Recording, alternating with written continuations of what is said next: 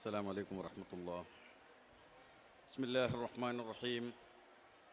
الحمد لله والصلاة والسلام على سيدنا محمد أشرف رسول الله وعلى آله وأصحابه الفائزين برضا الله أما بعد.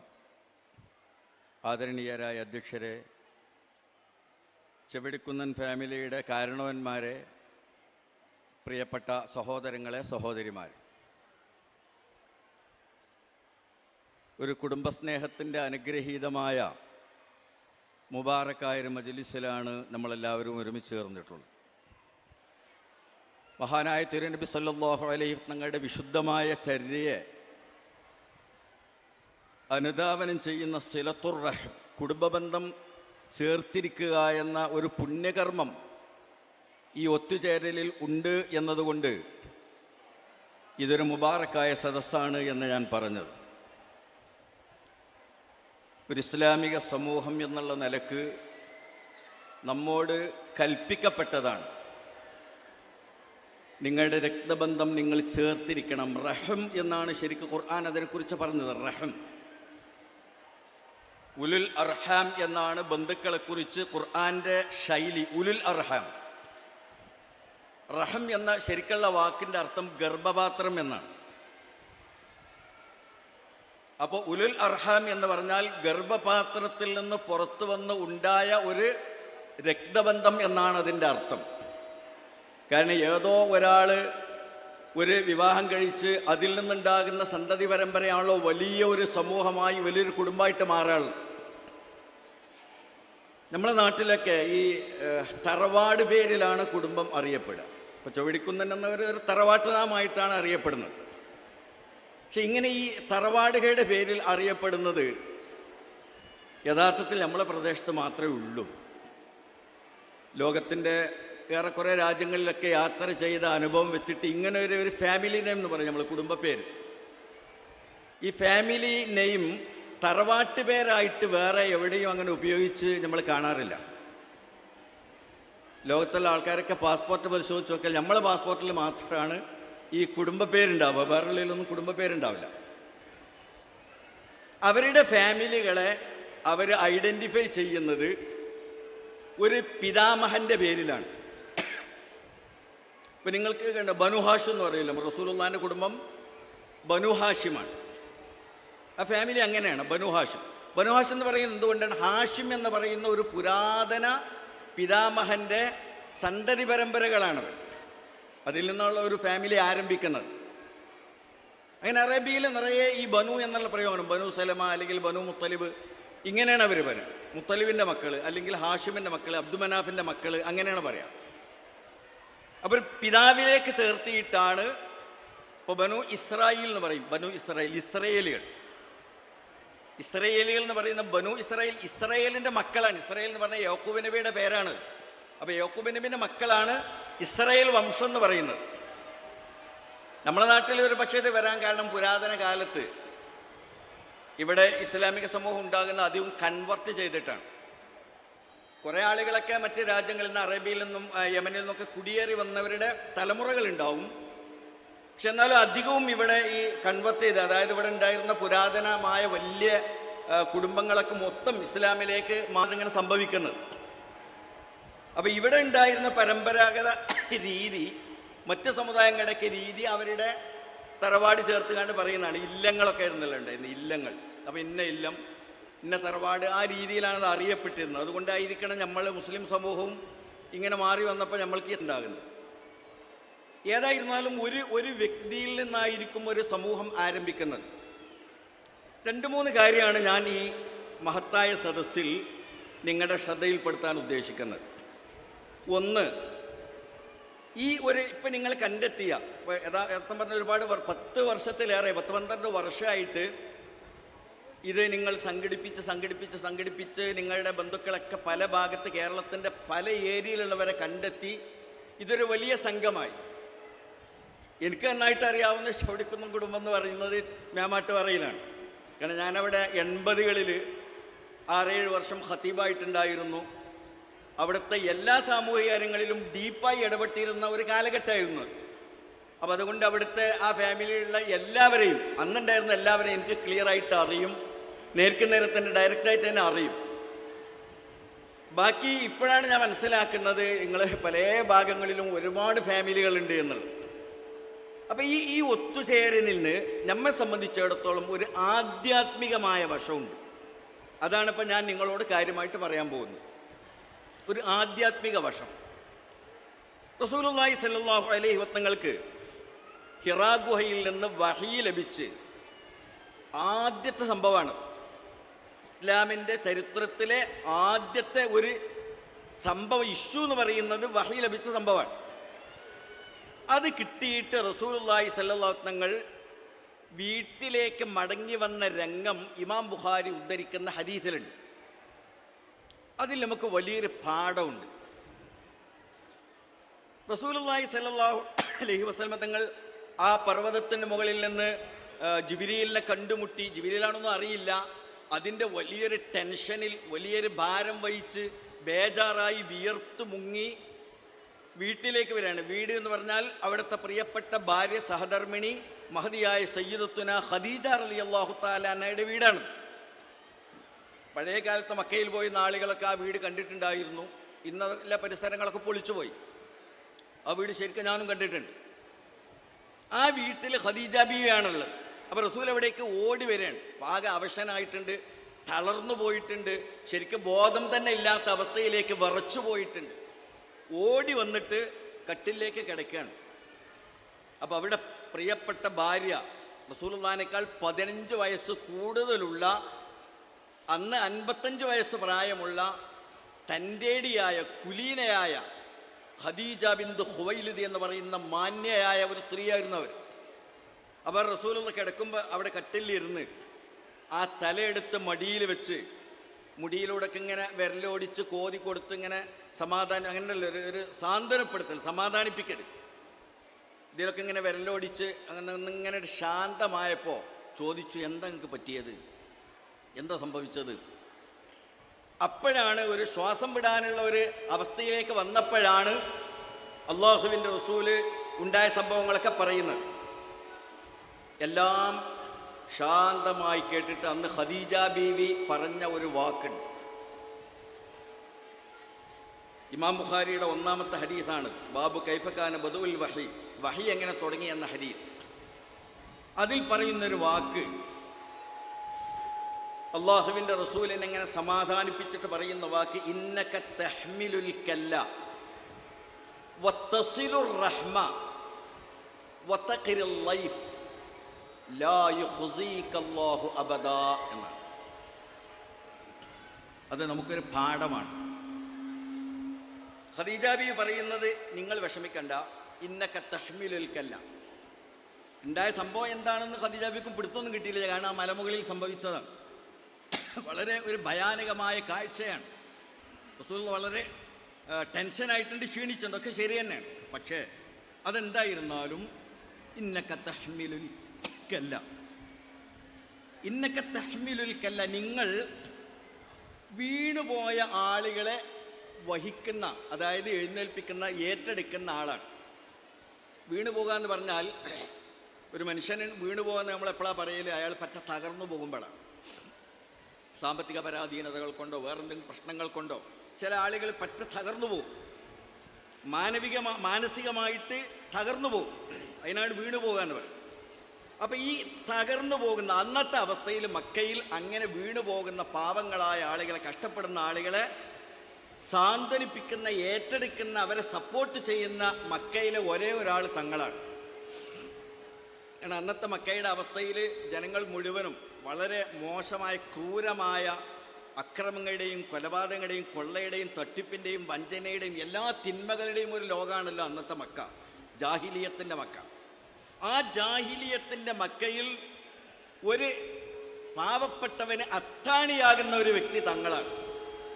ഇന്നക തഹ്മിലുൽ കല്ല വത്തസിലുർ റഹ്മ, കുടുംബബന്ധം, അതായത് ബനു ഹാഷിമിൻ്റെയും ബനു മുത്തലിബിൻ്റെയും വലിയൊരു തലമുറ അവിടെയുണ്ട്, ഒരു സമൂഹമുണ്ട്. അവരുടെ രക്തബന്ധത്തിന് വില കൽപ്പിക്കുന്ന, ആ കുടുംബബന്ധത്തിന് വില കൽപ്പിക്കുന്ന, നീതിയുടെ വഴിയിൽ ആ കുടുംബത്തെ ഒരുമിച്ച് നിർത്തുന്ന ആളാണ് നിങ്ങൾ. കാരണം എല്ലാവർക്കും വിശ്വസ്തനായ, സ്വീകാര്യനായ, അൽ അമീനായ ആളാണ്. വത്തഖരിൽ ലൈഫ, ഈ മക്കയിൽ വരുന്ന അതിഥികളെ സ്വീകരിക്കുന്ന അള്ളാഹുവിൻ്റെ ലുയൂഫാണ് അവിടെ വരാനുള്ളത്. അവർക്ക് ആശ്രയമാകുന്ന, ബാക്കിയുള്ളവരൊക്കെ ലുയൂഫുകൾ വന്ന് അവരെ ചൂഷണം ചെയ്യാൻ നോക്കുന്നവരാണ്. ആ ചൂഷണത്തിൻ്റെ മക്കയിൽ അങ്ങനെ വരുന്ന ആളുകൾക്കൊരു ആശ്രയമാകുന്ന ആളാണ് നിങ്ങൾ. 3 ഗുണങ്ങളാണ് ഖദീജ ബീവി പറഞ്ഞത്. നിങ്ങളിലുള്ള 3 ഗുണങ്ങൾ. ഒന്ന്, നിങ്ങൾ പാപങ്ങളുടെ അഭയമാണ്. രണ്ടാമത്തേത്, കുടുംബബന്ധം ചേർക്കുന്ന ആളാണ്. മൂന്നാമത്തേത്, പുറത്തുനിന്ന് വരുന്ന ആളുകൾക്ക് ആശ്രയമാകുന്ന ആളാണ്. അത് 3 അന്ന് മക്കയിൽ പരിചയം ഇല്ലാത്തതാണ്. അതവർക്ക് ഇഷ്ടമില്ലാത്തൊരു കാര്യമാണ് ആ 3 കാര്യം. പക്ഷെ ആ 3 കാര്യം ഉള്ള ആളാണ് നിങ്ങൾ. അതായത് ഈ സൽഗുണങ്ങളുടെ ഖേദാരമാണ് നിങ്ങൾ. അതുകൊണ്ട് അതിനാൽ എന്നാണ് ഖദീജ, അതിനാൽ ലാ യുഖ്സിക അല്ലാഹു അബദ, അള്ളാഹു നിങ്ങളെ പരാജയപ്പെടുത്തൂല. എന്താണ് നാം മനസ്സിലാക്കേണ്ടത്?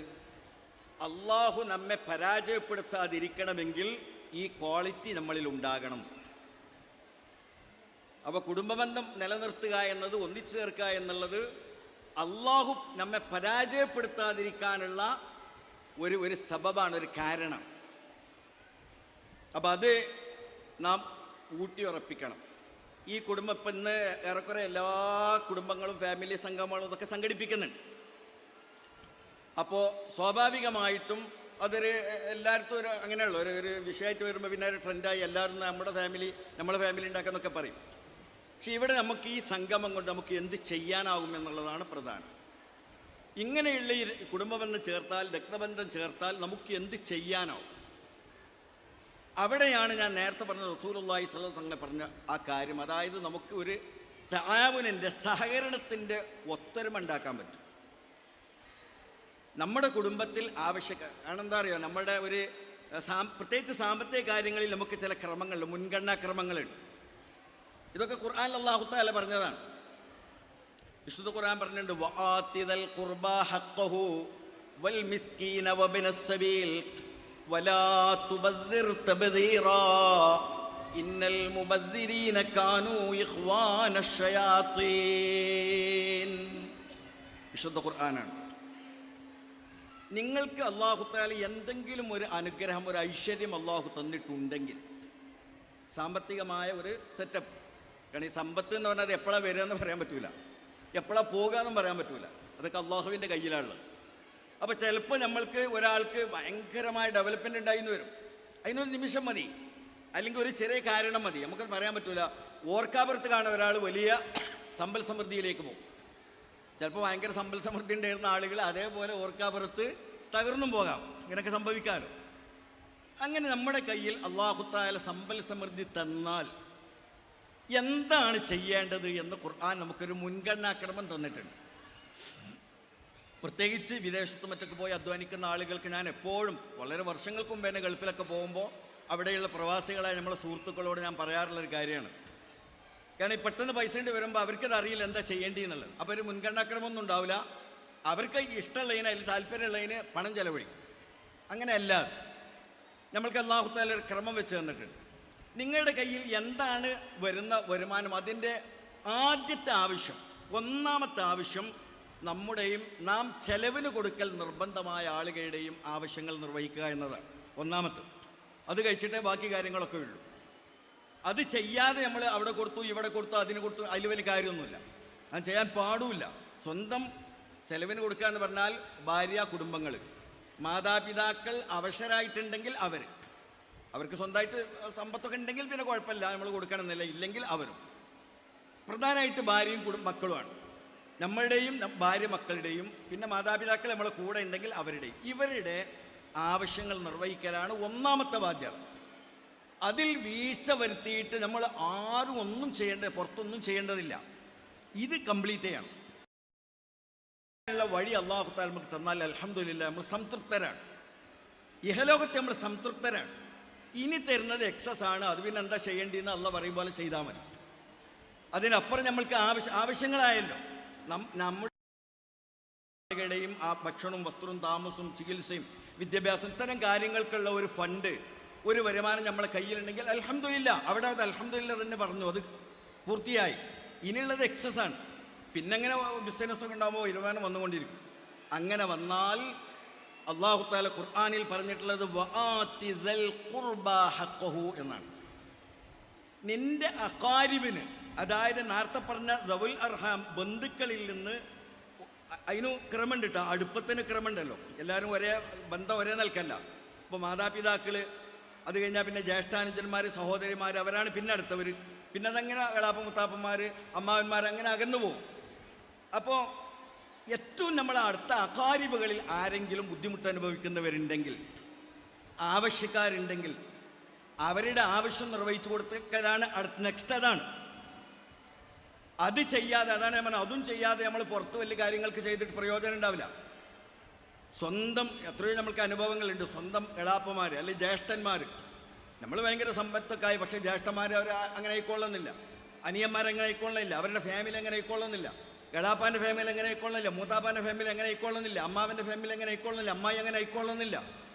അപ്പം അങ്ങനെ കുടുംബങ്ങളിൽ ആവശ്യക്കാരും ഭയങ്കര പ്രയാസപ്പെടുന്ന ആളുകളും ഉണ്ടായിരിക്കെ തന്നെ അത് പരിഗണിക്കാതെ നാട്ടിൽ ദൂർത്തടിക്കാനും ഫുട്ബോൾ ക്ലബിന് കൊടുക്കാനും മറ്റാവശ്യങ്ങൾക്ക് കൊടുക്കാനും രാഷ്ട്രീയ പാർട്ടികൾക്ക് കൊടുക്കാനും ഭയങ്കര പബ്ലിസിറ്റി കൊടുക്കാനൊക്കെ പണം ചെലവഴിക്കുന്ന ആളുകൾ നമ്മൾ കാണാറുണ്ട്. അവരത് അള്ളാഹുവിനോട് ചെയ്യുന്ന ഒരു ധിക്കാരമായി പോകും. അള്ളാഹു അതിനല്ല ഈ സമ്പൽ സമൃദ്ധി തരുന്നത്. അത് അഖാരിബിന് ആവശ്യങ്ങൾ പൂർത്തീകരിക്കണം. എന്നിട്ട് എക്സസ്, പിന്നെ എക്സസ് ഉണ്ടെങ്കിൽ പിന്നെ അകന്ന കുടുംബങ്ങളിൽ, നമ്മളെ ബന്ധുക്കളിൽ ആർക്കാണോ ആവശ്യമുള്ള അവരെ സഹായിക്കണം. ഇതൊക്കെ കഴിഞ്ഞിട്ട് പിന്നെ എക്സസ് ഉണ്ടെങ്കിൽ നമുക്ക് പൊതുവായ കാര്യങ്ങൾക്ക് വേണ്ടിയിട്ട് അത് ചെലവഴിക്കാം. മറ്റ് നാട്ടിലുള്ള മറ്റ് ഭാവങ്ങൾക്ക് കൊടുക്കാം, ഇബ്നു സബി ആശ്രയ മറ്റാളുകൾക്ക് കൊടുക്കാം. അങ്ങനെയാണ് അല്ലാഹു തആല അതിൻ്റെ തർത്തീബ് പറഞ്ഞിട്ടുള്ളത്. അപ്പം നിങ്ങളുടെ ഈ കുടുംബസംഗമത്തിൽ ഒത്തുചേരലിൽ ഏറ്റവും വലിയൊരു കാര്യം, നിങ്ങൾക്ക് നിങ്ങളുടെ ഫാമിലിയിലുള്ള ആളുകളെപ്പറ്റി പഠിക്കാനും മനസ്സിലാക്കാനും അവരുടെ ആവശ്യങ്ങൾ കണ്ടറിയാനും അതിൽ സഹായിക്കാനൊക്കെ കഴിയുമെന്നതാണ്.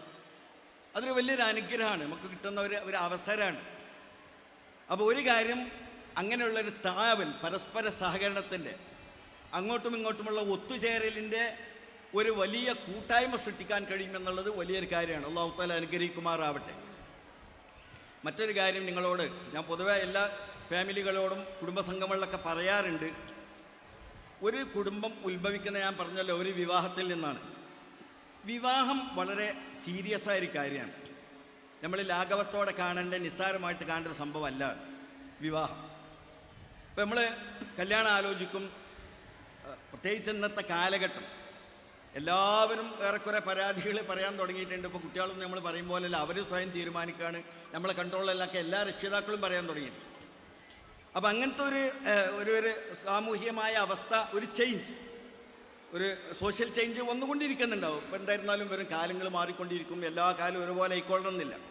പക്ഷേ ഏത് സാഹചര്യത്തിൽ വന്നാലും ഒരു ഫാമിലി സെറ്റപ്പ് നമ്മൾക്ക് ആവശ്യമാണ്. എല്ലാ കാര്യങ്ങളും, പ്രത്യേകിച്ച് വൈവാഹിക കാര്യങ്ങളിൽ ഒരു ഫാമിലി സെറ്റപ്പ് വേണം. മുമ്പ് നിങ്ങൾക്കറിയാമല്ലോ, ഒരു നാട്ടിൽ ഇപ്പോൾ ഈ പള്ളി മദ്രസ അതൊക്കെ നടത്തിയിരുന്നത് കമ്മിറ്റിക്കാരല്ല. കമ്മിറ്റിക്കാരൊക്കെ ഇപ്പോൾ അടുത്ത കാലത്തുണ്ടായതാണ്. കമ്മിറ്റി എന്നുള്ള ഒരു ശാസ്ത്രീയ സംവിധാനം. പഴയ കാലത്ത് കമ്മിറ്റിക്കാരൊന്നുമില്ല. പഴയ കാലത്ത് കാരണവന്മാരാണ്. ഒരു ഖാദിനെ നിയമിക്കേണ്ടത് കിതാബിലൊക്കെ പറയൽ കാരണവന്മാരാണ്, കമ്മിറ്റിക്കാരല്ല ഖാദി നിശ്ചയിക്കുക. കാരണം അങ്ങനെ സമ്പ്രദായം ഇസ്ലാമിലില്ല. കമ്മിറ്റി എന്ന് പറഞ്ഞാൽ അത് ഒരു പിൽക്കാലത്ത് വന്ന ഒരു സിസ്റ്റം മാത്രമാണ്. അത് ഒരു ശറയ്യായി പിന്തുടരുന്നതല്ല. ശറയിലുള്ളത് കാരണവന്മാരാണ്. അതായത് ഒരു മഹല്ലിൽ 2-3 വലിയ ഫാമിലികളുണ്ടാവും, ഇതേമാതിരി ഉണ്ട്. അപ്പോൾ 2-3 ഫാമിലികളിൽ ഓരോ ഫാമിലിയിലെയും മുതിർന്ന ആൾ, അതാണ് അതിൻ്റെ കാരണവർ എന്ന് പറയുന്നത്. ഓരോ കുടുംബത്തിലെയും മുതിർന്ന ആൾ. ഇപ്പോൾ 4 കുടുംബമുള്ളെങ്കിൽ 4 കാരണവന്മാരുണ്ടാവും, 5 കുടുംബം ഉണ്ടെങ്കിൽ 5 കാരണവന്മാരുണ്ടാവും. ഈ കാരണവന്മാരാണ് കാര്യങ്ങൾ, ആ നാട്ടിൻ്റെ കാര്യങ്ങൾ തീരുമാനിക്കുക, ആ മഹലിൻ്റെ കാര്യം തീരുമാനിക്കുക, പള്ളിൻ്റെ കാര്യം തീരുമാനിക്കുക, ഖാദിനെ നിയമിക്കുക, ഖതീബിനെ നിശ്ചയിക്കുക. ഇതൊക്കെ കാരണവന്മാരെ പണിയാണ്. എന്തുകൊണ്ടെന്ന് വെച്ചാൽ ആ സിസ്റ്റം, അതിൻ്റെ ഗുണം എന്താണെന്ന് വെച്ചാൽ റസൂലുള്ളാഹിൻ്റെ കാലം മുതലേ ഉള്ളതാണ് ഗോത്ര സിസ്റ്റം. ഇപ്പോൾ റസൂല് ബദറിലേക്ക് പോകുന്ന സമയത്ത് അവരോട് പറയുന്നുണ്ട്, സഹാബികളോട്, നിങ്ങൾ എന്നോട് ബൈഅത്ത് ചെയ്യണം. അപ്പോൾ ഈ സഹാബികൾ എല്ലാവരും വന്നിട്ട് ബൈഅത്ത് ചെയ്യല്ല ചെയ്യുക, നേരെ മറിച്ച് അതിൽ ഔസ് ഗോത്രമുണ്ട്, അവരുടെ നേതാവ് സഅദ് റളിയല്ലാഹു അൻഹു വരും. ഖസറജ് ഗോത്രമുണ്ട്, അവരുടെ നേതാവ് സഅദ് ഇബ്നു ഉബാദ വരും. ബനു നജാർ ഗോത്രമുണ്ട്, അവരുടെ ലീഡർ വരും. ഓരോ ഗോത്രത്തിൻ്റെയും കാരണവർ നിന്നിട്ടാണ് റസൂലുള്ളാഹിനോട് ബൈഅത്ത് ചെയ്യുക. കാരണം കാരണോല് തീരുമാനിച്ചാൽ പിന്നെ ആ കുടുംബത്തിൻ്റെ തീരുമാനമാണ്, പിന്നെ അതിൽ വേറെ ആരും ഒന്നും പറയില്ല. ഒരു കുടുംബത്തിൻ്റെ കാരണവർ തീരുമാനിച്ചു കഴിഞ്ഞാൽ ആ കുടുംബത്തിൻ്റെ തീരുമാനമാണ്. അങ്ങനെയാണ് നമ്മൾ അടുത്ത കാലം വരെ ഉണ്ടായിരുന്നു. എനിക്ക് തന്നെ ഓർമ്മയുണ്ട്, ഞാൻ പറഞ്ഞല്ലോ, ഞാൻ മേമാട്ടാർ നിൽക്കുന്ന സമയത്ത് അവിടെ 3-4 കാരണന്മാരാണുള്ളത്. 3-4 ഫാമിലികളുടെ കാരണം എനിക്കറിയാം. അവരുടെ തീരുമാനം. ഞാൻ അവരോട് കാര്യങ്ങൾ പറയാറുള്ളത്. നിങ്ങളെ തീരുമാനിക്കുമെന്ന് പറഞ്ഞാൽ തീരുമാനം തന്നെ, പിന്നെ അവിടെ വേറെ വർത്തമാനങ്ങളൊന്നുമില്ല. അതവിടെ നടപ്പിലായി. അത് കഴിയും നമ്മൾക്ക്. അങ്ങനത്തെ ഒരു സ്ട്രോങ് ആയ കാരണവന്മാരുടെ സംവിധാനം നമ്മളെ തൊട്ടു മുമ്പുള്ള തലമുറയിൽ വരെ ഉണ്ടായിരുന്നു. പക്ഷേ ഇന്ന് ഒരു ഫാമിലിയിലും അങ്ങനെ ഒരു കാരണവർ എന്നുള്ള ഒരു സിസ്റ്റം ഇല്ലാത്തിടത്തേക്ക് സാമൂഹികമായി ചേഞ്ച് വരുന്നുണ്ട്. ആരും ആരെയും പരിഗണിക്കാത്ത, ആരും ആരെയും കണക്കിലെടുക്കാത്ത ഒരു സമൂഹത്തിലേക്ക് അതിന് വരാൻ കാരണം ഈ കുടുംബ ബന്ധങ്ങൾ ഛിന്ന ഭിന്നമായി പോകാൻ. എല്ലാവരും നേരത്തെ പറഞ്ഞ അണുകുടുംബങ്ങളായി, എല്ലാവരും വീടെടുത്തു പോയി, എല്ലാവരും അവനവൻ്റെ കാര്യം നോക്കുന്നവരായി. അങ്ങനെ പോയതുകൊണ്ടാണ് ആ ബന്ധമില്ലാതെ പോയത്.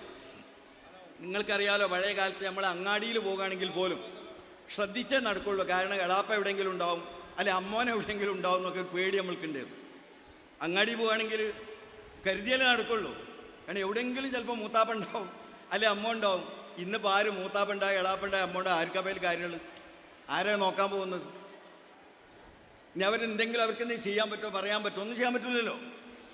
അപ്പം അതിൽ വന്ന ചേഞ്ചാണ്. അതിന് കാരണം എന്താ വെച്ചാൽ നമ്മൾ ഛിന്ന ഭിന്നമായി പോയതാണ്. ആളുകൾ മാത്രമല്ല, സമൂഹങ്ങൾ മാത്രമല്ല, കുടുംബങ്ങൾ പോലും ഒറ്റയായിട്ട് ഓരോരുത്തരും അവനവൻ്റെ കാര്യം എന്നുള്ളതിലേക്ക് പോയത് കൊണ്ടാണ് ആ ഒരു അവസ്ഥ ഉണ്ടായത്. നേരെ മറിച്ച് നമ്മളൊരു ഫാമിലി ആയിട്ട് ഒരു കുടുംബം എന്നുള്ളതിലേക്ക് ഒന്നിച്ചു നിൽക്കുമ്പോൾ ആ കുടുംബത്തിലെ മുതിർന്ന ആളുകൾ, അല്ലെങ്കിൽ അവിടെ അതിൽ ത്രാണിയുള്ള ആളുകൾ, അല്ലെങ്കിൽ തൻ്റെയുള്ള ആളുകൾ, അങ്ങനെ ഉണ്ടാവും. അഹ്ലുൽ ഹല്ലി വൽ അഖ്ദർ, തൻ്റെടികളായ ആളുകൾ. എല്ലാ കുടുംബത്തിലും കുറച്ച് ആളുകൾ അങ്ങനെ ഉണ്ടാവുമല്ലോ, തൻ്റെടികൾ. അവരെന്താ തീരുമാനിക്കുന്നത് ആ കുടുംബത്തിൻ്റെ തീരുമാനമാവും. അപ്പോൾ നമുക്ക് വിവാഹ കാര്യങ്ങളിലും മറ്റൊക്കെ ഒരു സ്റ്റാൻഡ് എടുക്കാൻ കഴിയും. അത് ഇന്ന രൂപത്തിലാണ് ചെയ്യേണ്ടത്, ഇന്ന കാര്യങ്ങൾ നമുക്ക് പറ്റില്ല, ഇന്നത് നമ്മൾക്ക് പറ്റും എന്ന് തീരുമാനിക്കാനുള്ള ഒരു സംവിധാനം. അതില്ലാതിരുന്നാൽ പ്രശ്നം എന്താ അറിയോ? ഞാൻ പറഞ്ഞു, ഒരു കുടുംബത്തിൻ്റെ ഒരു അടിസ്ഥാനം ഒരു വിവാഹമാണ്. ആ വിവാഹം അതിൻ്റെ വിശുദ്ധിയിൽ നിന്ന് പോയിപ്പോയാൽ ആ തലമുറകളെ ബാധിക്കുക. നമ്മളൊക്കെ ഒരു വിശുദ്ധമായ ബന്ധത്തിലൂടെയാണ് നമ്മളൊക്കെ ഈ ഫാമിലികൾ ഉണ്ടാകുന്നത്. നമ്മളെ മാതാപിതാക്കൾ തമ്മിലുള്ള ഒരു വിശുദ്ധമായ ബന്ധം. അങ്ങനെയുള്ള നിക്കാഹ് എന്ന് പറയുന്ന ഒരു ഇസ്ലാമികമായ ബന്ധമാണ്. അതിന് ശുറൂത്തുകളുണ്ട്, നിയമങ്ങളുണ്ട്, വ്യവസ്ഥകളുണ്ട്, അതിന് മര്യാദകളുണ്ട്, അതിന് അദബുകളുണ്ട്, ഒക്കെയുണ്ട്. അപ്പോൾ ആ മര്യാദകളും അദബുകളൊക്കെ പാലിക്കുന്ന ഒരു വിവാഹം ഉണ്ടാവുകയും അതിൽ നിന്ന് അതറിയുന്ന ഒരു തലമുറ ഉണ്ടാവുകയും ചെയ്യാണ്. ഇന്നിപ്പോൾ ഞാൻ പലപ്പോഴും ഈ നിക്കാഹിൻ്റെ സദസ്സിലൊക്കെ ഇതുപോലെ ആളുകളോട് സംസാരിക്കാറുണ്ട്. നിക്കാഹിൻ്റെ സദസ്സാകുമ്പോൾ എല്ലാ ടീമും ഉണ്ടാവുമല്ലോ നിക്കാഹിന് വന്നാണ്. ഞാൻ പലപ്പോഴും അവരോട് ചോദിക്കാറുണ്ട്, ഈ നിക്കാഹ് ചെയ്യുന്ന കുട്ടി, ഈ ചെറുപ്പക്കാരൻ, അല്ലെങ്കിൽ നിക്കാഹ് കഴിക്കപ്പെടുന്ന ആ പെൺകുട്ടി, ഒരു കുടുംബത്തെക്കുറിച്ച്, ഒരു ജീവിതത്തെക്കുറിച്ച് എന്തൊരു ഡയറക്ഷനാണ് ആ കുട്ടികൾക്ക് കിട്ടിയിട്ടുള്ളത്? എന്തൊരു നിർദ്ദേശമാണ് കിട്ടിയിട്ടുള്ളത്? നിങ്ങൾക്ക് ആഗ്രഹം പറയാൻ കഴിയും? നിക്കാഹ് ചെയ്യുന്ന ആ പ്രായത്തിലുള്ള, അതായത് ഒരു 22-23 വയസ്സുള്ള ആൺകുട്ടികളോ പെൺകുട്ടികൾ ഒരു ഫാമിലിയെക്കുറിച്ച്, ഒരു കുടുംബജീവിതത്തെക്കുറിച്ച്, അല്ലെങ്കിൽ ഇനിയുള്ള ജീവിതത്തിൽ എങ്ങനെയായിരിക്കണം അവർ ആ സമൂഹത്തിൽ ഇടപെടേണ്ടത്, പെരുമാറേണ്ടത്, കുടുംബം എങ്ങനെ, എന്തെങ്കിലും ഒരു നിർദ്ദേശം, എന്തെങ്കിലും ഡയറക്ഷൻ അവർക്ക് കിട്ടിയിട്ടുണ്ടോ? കിട്ടാനുള്ള വല്ല ചാൻസുണ്ടോ? വല്ല സാധ്യതയുണ്ടോ? ഒന്നുമില്ല. ആരൊക്കെയോ കല്യാണം നിശ്ചയിക്കുന്നു, ആരൊക്കെയോ നിക്കാഹ് നിശ്ചയിക്കുന്നു, നമ്മളവിടെ ഇങ്ങനെ പോയി കൊടുത്ത് ചൊല്ലിക്കൊടുക്കുന്നു, അവരെ കേട്ടു പോകുന്നു. പിന്നെ അവരവരുടേതായ ലോകത്തേക്ക്. നിക്കാഹ് കഴിഞ്ഞാൽ ഇനി എന്താ ചെയ്യാനുള്ളതെന്ന് അവർ യൂട്യൂബിൽ നോക്കും. അതപ്പോൾ ചെയ്യാം.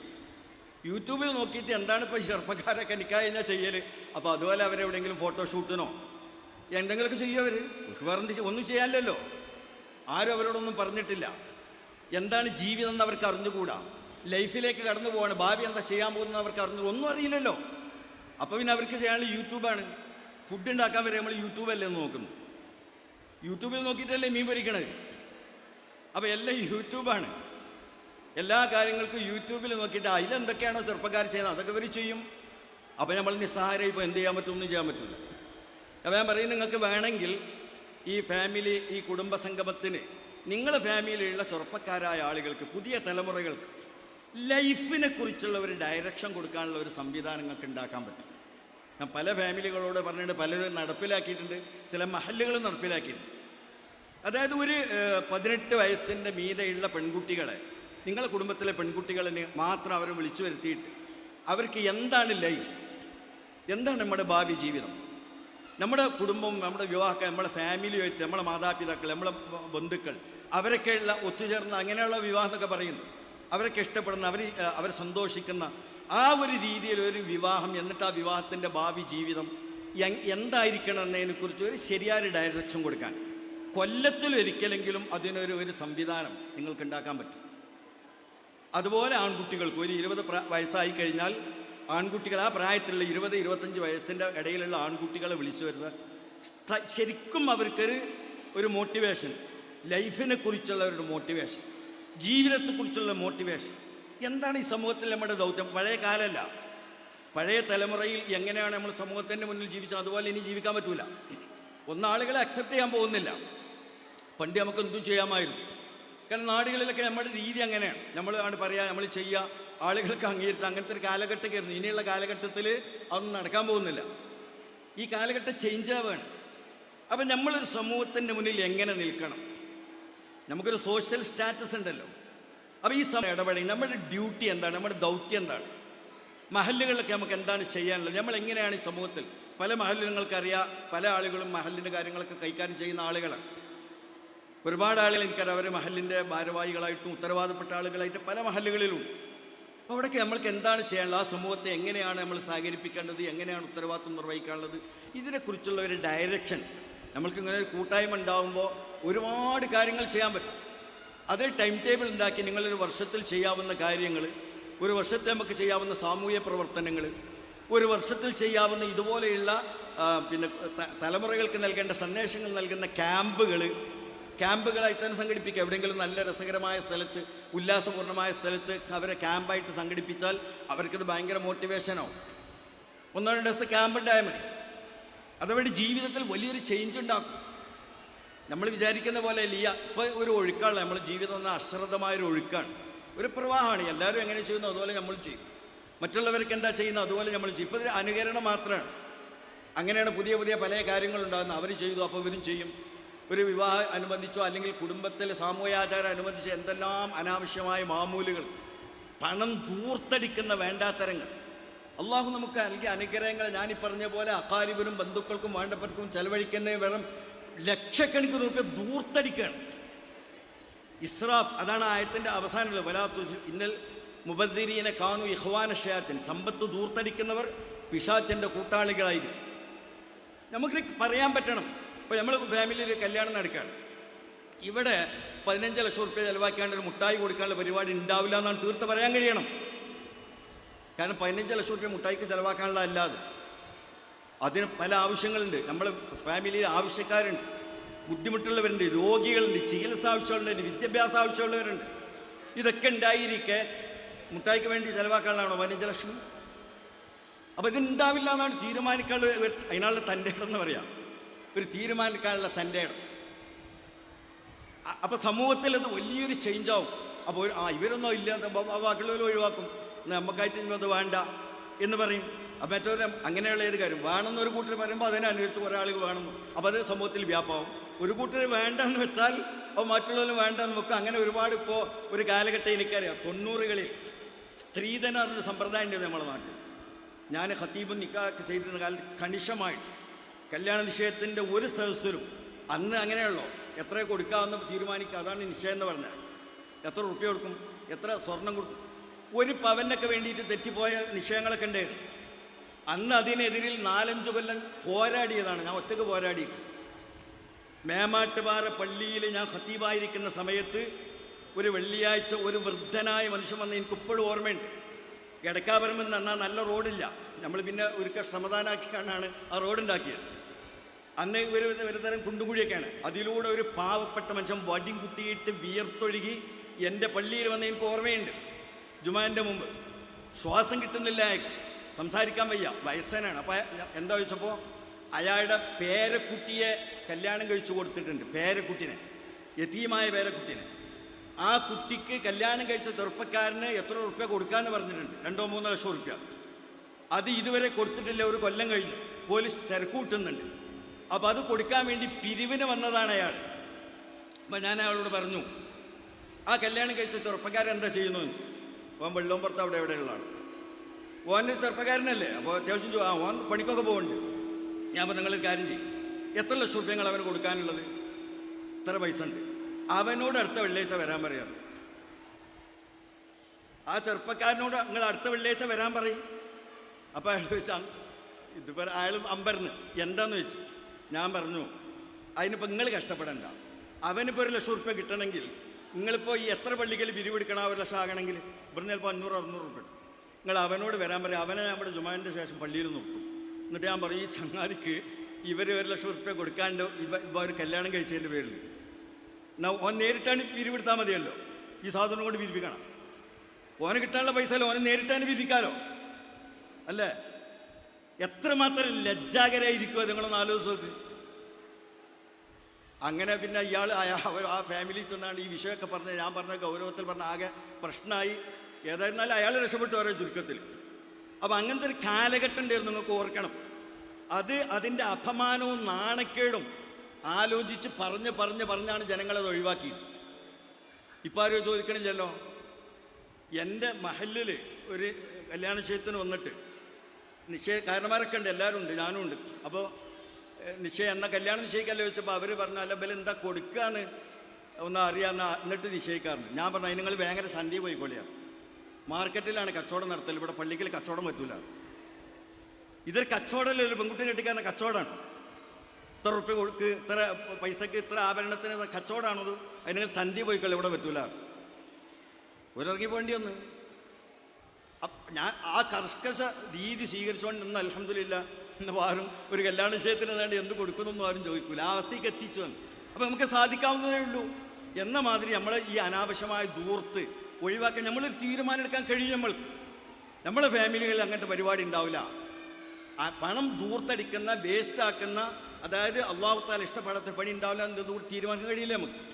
പക്ഷെ അത് എളുപ്പമല്ല. നമ്മളെന്ത് ചെയ്യണം? എല്ലാവരും, പ്രത്യേകിച്ച് പുതിയ തലമുറയെ നമ്മൾ ബോധവൽക്കരിച്ച് അവർക്ക് ശരിയായൊരു മോട്ടിവേഷൻ കൊടുത്ത് ലൈഫിനെ കുറിച്ചുള്ള ശരിയായൊരു കാഴ്ചപ്പാട് കൊടുത്ത് അവരെ വളർത്തിയെടുക്കാൻ നമുക്ക് കഴിയണം. അപ്പം നിങ്ങളെ കൂട്ടായ്മക്ക് അങ്ങനത്തെ ഒരു പ്രോജക്റ്റും കൂടി ഇതിൽ ഉണ്ടാകണമെന്നാണ് ഞാൻ നിങ്ങളോട് പറയാൻ ഉദ്ദേശിക്കുന്നത്.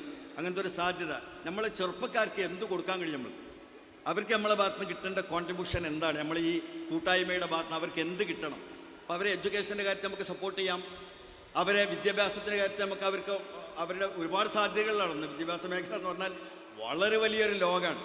അപ്പോൾ അതിൽ ഒരുപാട് ആ ഫീൽഡിലുള്ള ആളുകളുണ്ടാവും. ഒരു ഫാമിലിയിൽ എല്ലാ കഴിവുള്ളവരുണ്ടാവും. അധ്യാപകന്മാരുണ്ടാവും, പിന്നെ എഡ്യൂക്കേറ്റഡായ ആളുകളുണ്ടാവും, ഡോക്ടേഴ്സ് ഉണ്ടാവും, വലിയ പണക്കാരുണ്ടാവും, പല ഐറ്റം ആളുകളുണ്ടാവും. അപ്പോൾ എല്ലാവരുടെ കഴിവുകളും ഷെയർ ചെയ്യാം. നിങ്ങളുടെ ഫാമിലിയിൽ ഒരാൾക്ക് എന്ത് കഴിവാണോ ഉള്ളത് അത് ബാക്കിയുള്ളവർക്ക് ഉപകാരപ്പെടുന്ന രീതിയിൽ ഷെയർ ചെയ്യാം. പൈസ മാത്രമല്ല ഷെയർ ചെയ്യാനുള്ളത്, അറിവുകൾ ഷെയർ ചെയ്യാൻ നമുക്ക്, നമ്മുടെ സ്വാധീനങ്ങൾ ഷെയർ ചെയ്യാം അല്ലേ? ചിലപ്പോൾ ഏതെങ്കിലും ഒരാളെ സഹായിക്കാൻ പൈസ അല്ല ആവശ്യം വരിക, ഒരു സപ്പോർട്ടായിരിക്കും, ഒരു സ്വാധീനം അല്ലെങ്കിൽ ഒരു റെക്കമെൻഡായിരിക്കും ആവശ്യം വരിക. നമുക്കത് ചെയ്യാൻ പറ്റും. അപ്പം നമ്മൾക്ക് എന്താണോ അള്ളാഹു നമ്മളെ ഹല്ലിൽ തന്നിട്ടുള്ളത് അത് ഷെയർ ചെയ്യുക എന്നുള്ളതാണ് വളരെ പ്രധാനമായിട്ടുള്ളത്. അപ്പോഴാണ് ഈ കുടുംബബന്ധത്തിന് അതിൻ്റെ വിലയുണ്ടാകുക, അതിൻ്റെ നിലനിൽപ്പുണ്ടാകുക. അപ്പം ഇങ്ങനത്തെ ഒരുപാട് കാര്യങ്ങൾ സാമൂഹികമായിട്ട് നമുക്ക് ചെയ്യാൻ പറ്റും. അതിനുള്ള നല്ല ഒരു കൂട്ടായ്മയാണ് ഈ കുടുംബ സംഗമങ്ങൾ. അള്ളാഹു തആല തൗഫീഖ് ചെയ്യുമാറാവട്ടെ. ഞാൻ 2-3 കാര്യങ്ങൾ ഓർമ്മപ്പെടുത്തിയെന്നേ ഉള്ളൂ.